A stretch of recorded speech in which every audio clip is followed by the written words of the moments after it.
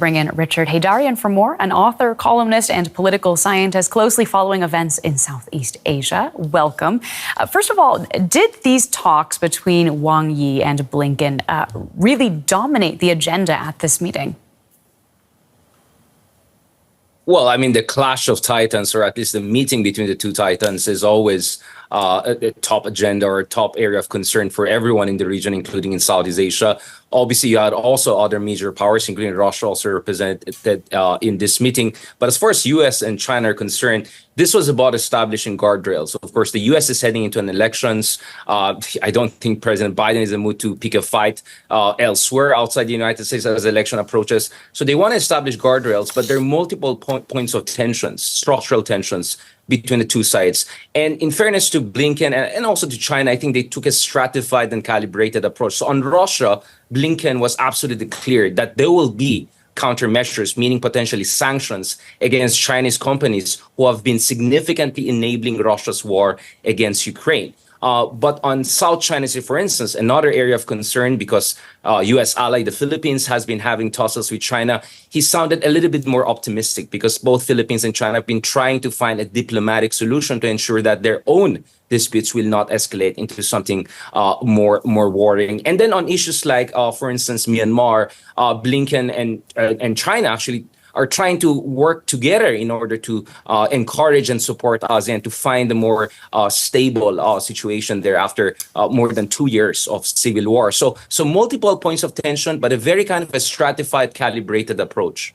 Yeah, much going on here. I want to ask you a little bit more about these tensions between China and the Philippines. Of course, these have been escalating for months. Do you get the impression that there were any breakthroughs in this meeting? Did they find any calming cause to try and soothe these tensions?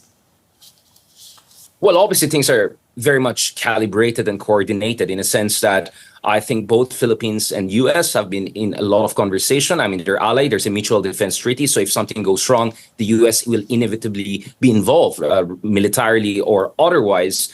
So I think the Philippines ahead of this summit tried to really dial down tensions. And there was some sort of a temporary agreement between China and the Philippines whereby the Philippines resupplies its troops in disputed areas, but does not publicize it anymore based on its so-called transparency initiative. So there have been some dialing down in the escalation, interim measures. We don't know if that's going to last, but clearly that was coordinated also between Philippines and the rest of the region. But also the Philippines doesn't want to be isolated because the Philippines is the only country in ASEAN nowadays that is openly calling out China and standing up to China.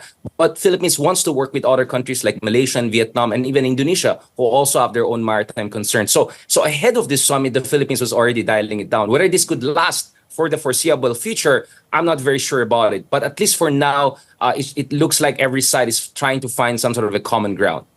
Yeah, with that said, looking ahead, do you think there is a real risk of war between the Philippines and China? Oh, absolutely. We were very close to that. I mean, just a few weeks ago, a Filipino serviceman lost his finger. And the big debate in the Philippines was whether that should be the ground for invoking mutual defense treaty with the United States. Because on one hand, you can say that, the mutual defense treaty can only apply if an armed attack happened.